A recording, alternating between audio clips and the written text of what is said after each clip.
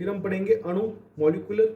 परमाणु परस्पर मिलकर अणुओं का निर्माण करते हैं। जब परमाणु जैसे नाइट्रोजन नाइट्रोजन परमाणु मिलकर नाइट्रोजन गैस बनाते हैं। परमाणु हमेशा अस्थायी होता है और अणु हमेशा स्थायी होता है। जैसे हाइड्रोजन और हाइड्रोजन परमाणु मिलकर हाइड्रोजन गैस बनाते हैं। हाइड्रोजन अस्थायी था लेकिन हाइड्रोजन गैस स्थायी हो जाती है। ऑक्सीजन ऑक्सीजन ऑक्सीजन ऑक्सीजन और ऑक्सीजन ऑक्सीजन गैस बनाती है। नाइट्रोजन नाइट्रोजन गैस बनाती है। अणु हमेशा स्थायी होते हैं। अणु का स्वतंत्र स्थायित्व संभव है। परमाणुकता, एटॉमिक सिटी।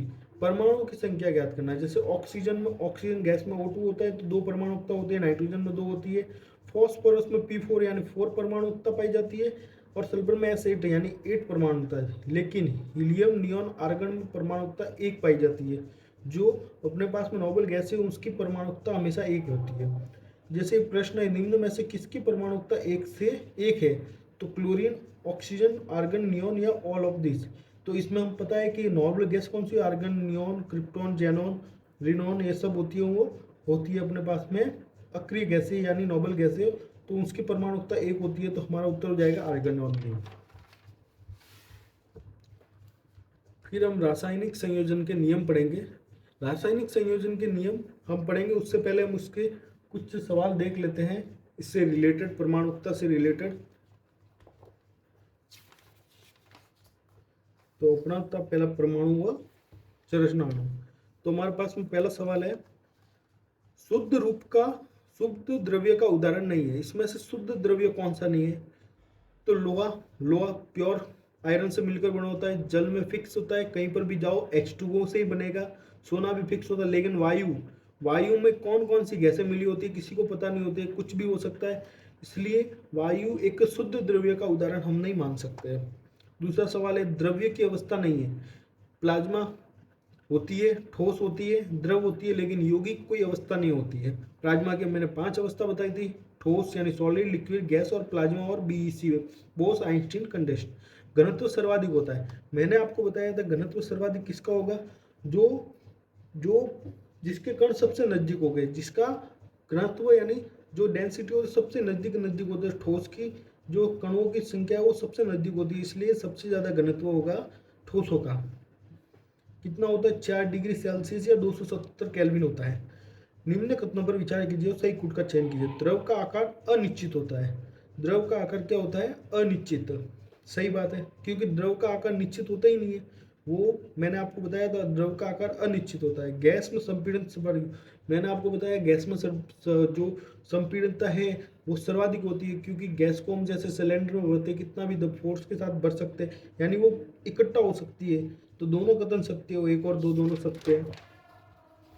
फिर है अपने पास में 5वां सवाल, पदार्थ की किस अवस्था में द्रव्य के परमाणु आयनित अवस्था में होते हैं? यानी कौन सी अवस्था होती है जिसमें परमाणु आयनित अवस्था में होते हैं? तो मैंने बताई थी जो प्लाज्मा अवस्था होती है, चौथी अवस्था, उसमें परमाणु आयनित अवस्था में पाए जाते हैं।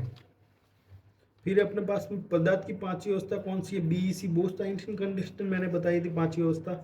किस भारतीय दार्शनिक ने सर्वप्रथम अविभाज्य सूक्ष्मतम कण को परमाणु कहा था? महर्षि कणाद ने बताया था, ये भी बता दिया आपको। सभी द्रव्यों की रचनात्मक इकाई होती है, सभी द्रव्यों की रचनात्मक इकाई होती है परमाणु, एटॉम। फिर अपने पास में नेक्स्ट सवाल, परमाणु का आकार लगभग होता है। परमाणु का आकार कितना होता है? लगभग 10 मीटर के आसपास होता है।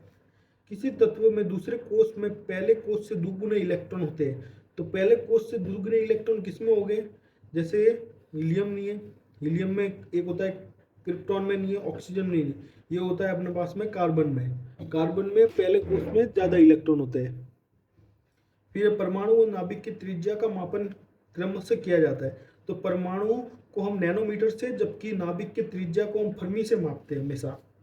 फिर नाभिक की त्रिज्या परमाणु की त्रिज्या से कितनी होती है? तो नाभिक की त्रिज्या होती है 10 की घात -15 और परमाणु की होती है 10 की घात -10। तो नाभिक की जो त्रिज्या है वो छोटी होती है, जबकि परमाणु की त्रिज्या बड़ी होती है। तो हम देख सकते हैं कि 10 की घात 5 गुना छोटी होती है कौन सी? नाभिक की त्रिज्या परमाणु की त्रिज्या से। फिर डाल्टन के परमाणु सिद्धांत के अनुसार असत्य कथन क्या है? तो हम सिद्धांत अभी तक पढ़े नहीं है, तो हम आगे देखेंगे इसका। अणु क्या होता है? अणु क्या होता है? तो अणु एक परमाणु का समूह जो स्वतंत्र रूप से अस्तित्व में रह सकता है। मैंने आपको बताया था मॉलिक्यूल होता है जो स्वतंत्र रूप से अपने अस्तित्व में रह सकता है, इसका वही हो जाएगा। धातुओं के किस गुण के कारण उसका उपयोग घंटी वाद्य यंत्र आदि बजाने में किया जाता है? तो ये सोनोरस यानी उसकी साउंड क्वालिटी के रूप में हम देख सकते हैं। तो ये अब आगे वाले सब जो है वो हम आगे पढ़ेंगे। इसमें से इतने प्रश्न पढ़ चुके हैं। अभी देखेंगे पीवाई की जो आज तक प्रश्न पूछे गए दूसरे दूसरे एग्जामों में, उससे रिलेटेड हम प्रश्न देखेंगे। तो अपना टॉपिक कौन सा था? अणु परमाणु 185, ये अणु और परमाणु। सबसे पहला प्रश्न आया था परमाणुीय नाभिक किसने खोजा था? ये पूछा गया RS प्री 2003 में और 2022 में लैब असिस्टेंट में पूछा गया था कि परमाणुीय नाभिक की खोज किसने की थी? तो ये की थी अपने पास में रदरफोर्ड ने परमाणु की खोज की थी। अभी दूसरा सवाल है अपने पास में राजस्थान पुलिस में पूछा गया इलेक्ट्रॉन की खोज निम्नलिखित में से किसकी वैज्ञानिक ने की थी? तो हम जानते हैं कि जो इलेक्ट्रॉन है उसकी खोज की थी जे थॉमसन ने। छोटे से छोटे कण को जो रासायनिक क्रिया में भाग लेते हैं उसे हम क्या कहते हैं? परमाणु कहते हैं। फिर अपने पास में ये दिए हुए वैज्ञानिक और एक दिए खोज, किसकी खोज किस वैज्ञानिक ने की थी? तो हमें इसमें बताना है गोल्डस्टीन ने की थी, प्रोटॉन की खोज की थी। और अपने पास में चार्डविक ने की थी अपने पास में न्यूट्रॉन की खोज। जे थॉमसन ने की थी परमाणु की, नहीं जे थॉमसन ने की थी इलेक्ट्रॉन की, और डाल्टन ने की थी परमाणु की। डाल्टन ने की थी परमाणु की खोज, इलेक्ट्रॉन की खोज की थी अपने पास में, इलेक्ट्रॉन की खोज की थी अपने पास में जे थॉमसन ने, इलेक्ट्रॉन की जे थॉमसन ने की थी। डाल्टन ने की थी अपने पास में परमाणु की खोज। प्रोटॉन की खोज की थी अपने पास में गोल्डस्टीन ने, और न्यूट्रॉन की खोज की थी चैडविक ने। ये आ गया अपने पास में, यानी ये उत्तर हो जाएगा 2 3 4 1। दो या दो से अधिक समान परमाणु जुड़कर बनाते हैं अणु। दो या दो से परमाणु मिलकर अणु बनाते हैं और अणु स्थायी होते हैं जबकि परमाणु अस्थायी होते हैं। एक इलेक्ट्रॉन पर आवेश होता है, एक इलेक्ट्रॉन पर आवेश होता है -1.6 × 10⁻⁻19 कूलम। पोजिट्रॉन एमिशन टोमोग्राफी के दौरान क्या ज्ञात होता है?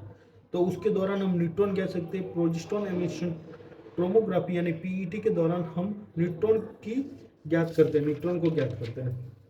फिर हमारे पास में नेक्स्ट सवाल क्या पूछा गया था? इलेक्ट्रॉन है, इलेक्ट्रॉन क्या है? इलेक्ट्रॉन एक बीटा कण होता है, इलेक्ट्रॉन एक बीटा कण होता है। एक ही तत्व के सभी समस्थानिकों के तटस्थ परमाणु के समान संख्या में होते हैं। PSI में पूछा गया था कि एक ही जो तत्व होते हैं सभी समस्थानिकों के तटस्थ परमाणु का समान संख्या में होता है, उसे हम इलेक्ट्रॉन कहते हैं।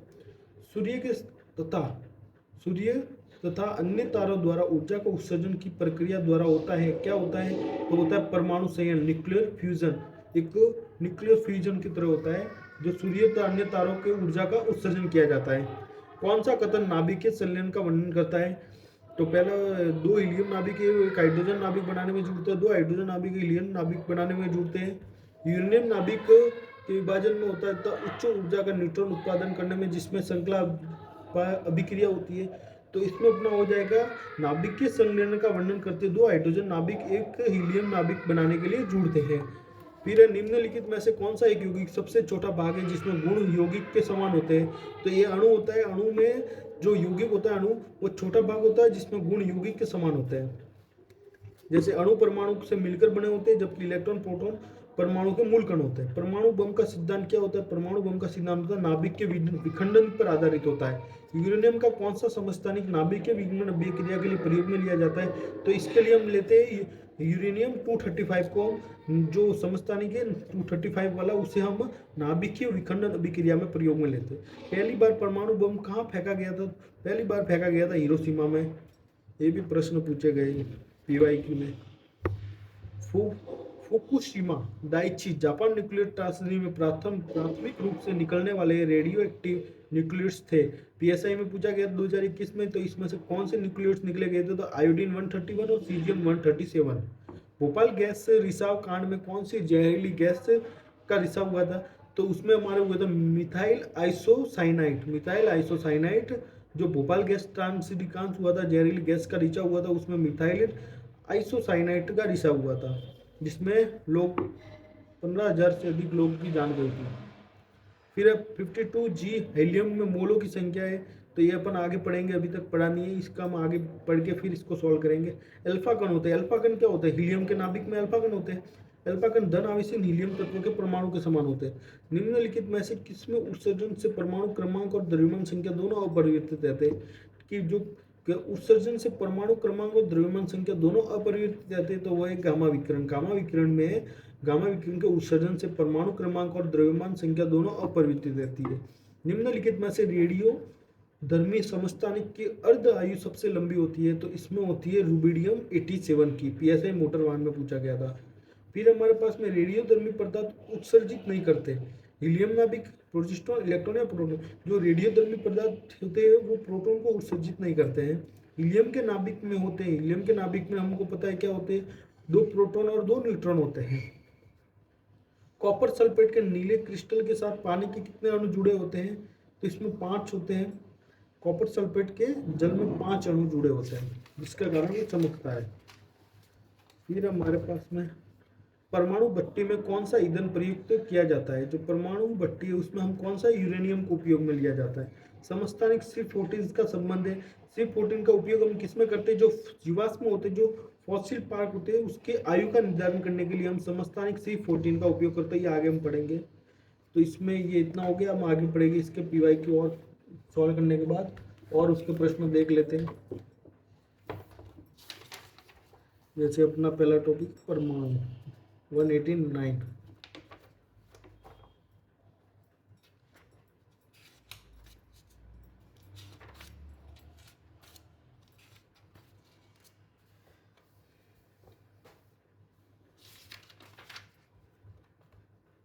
ये 1 लाइन में प्रश्न आ गए। परमाणु द्रव्यमान इकाई को परिभाषित किया जाता है, किसमें किया जाता है? कार्बन 12 समस्थानिक के परमाणु द्रव्यमान के 1/12 भाग को मानक परमाणु द्रव्यमान इकाई कहते हैं। एक परमाणु को आंखों द्वारा देखना क्यों संभव नहीं होता? क्योंकि परमाणु बहुत छोटा होता है, 10⁻10⁻⁻10 मीटर होता है, इसलिए हम उसे आंखों से नहीं देख सकते। हाइड्रोजन के परमाणु की त्रिज्या 10⁻10 मीटर होती है। सूत्र बताइए। सोडियम ऑक्साइड का होता है NH2O, एल्यूमिनियम क्लोराइड का AlCl3, सोडियम सल्फाइड का Na2H और मैग्नीशियम हाइड्रोक्साइड का MgOH2। ये जो कुछ सूत्र दिए उसका नामकरण है। Aluminium sulphate, calcium chloride, potassium sulphate, potassium nitrate और कैल्शियम कार्बोनेट। रासायनिक सूत्र का तात्पर्य होता है किसी भी तत्व होते उसे हम नाम दें। कितने परमाणु विद्यमान है? जैसे H2S अणु है, उसमें कितने परमाणु है? तो इसमें 3 परमाणु है, 2 हाइड्रोजन के, 1 सल्फर के। PO4-3 में कितने हैं? तो 5 है, 1 फॉस्फोरस और 4 ऑक्सीजन के हैं। ये सवाल सब ठीक है, ये पढ़ेंगे आगे। परमाणु से रिलेटेड सवाल अपने पास में है।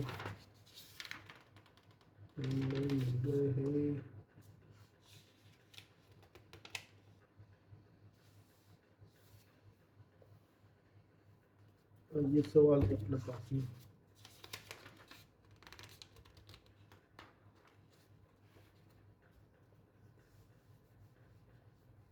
कैनाल किरणें क्या होती है?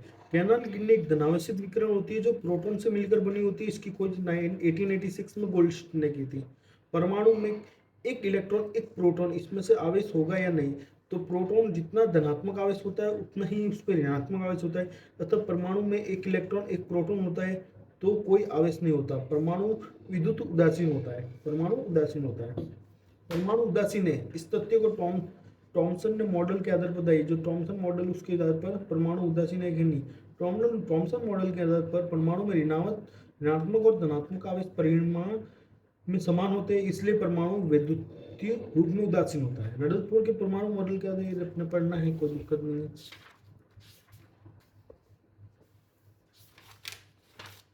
परमाणु के 3 अपरमाणु कणों के नाम दीजिए। तो प्रोटॉन, न्यूट्रॉन और इलेक्ट्रॉन। फिर अपना हीलियम परमाणु का परमाणु द्रव्यमान 4U है। इसमें नाभिक में 2 प्रोटॉन होते हैं, जिसमें कितने इलेक्ट्रॉन हो गए? तो जो परमाणु द्रव्यमान 4U है तो प्रोटॉन 2 होंगे। तो प्रोटॉन और न्यूट्रॉन मिलाकर परमाणु द्रव्यमान बनाते हैं, और द्रव्यमान बनाने के लिए प्रोटॉन की संख्या हमारे पास 2 है, न्यूट्रॉन पता लगाना है, और द्रव्यमान संख्या 4 है, तो न्यूट्रॉन हो जाएंगे अपने पास में 2।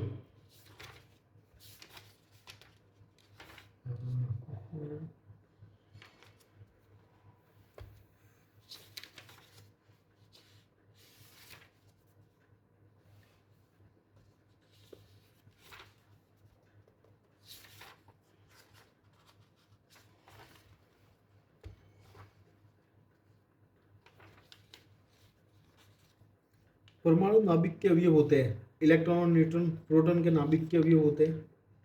फिर अपने पास में प्रोटॉन और न्यूट्रॉन, परमाणु के नाभिक में होते हैं प्रोटॉन और न्यूट्रॉन, प्रोटॉन और न्यूट्रॉन। फिर ये आणविक संरचना के बारे में निम्न से कौन सा आणविक संरचना पढ़ना है पिंड में धनावश्यक कहलाता है प्रोटॉन। सही है। नेक्स्ट वीडियो लाइक सब्सक्राइब कीजिए।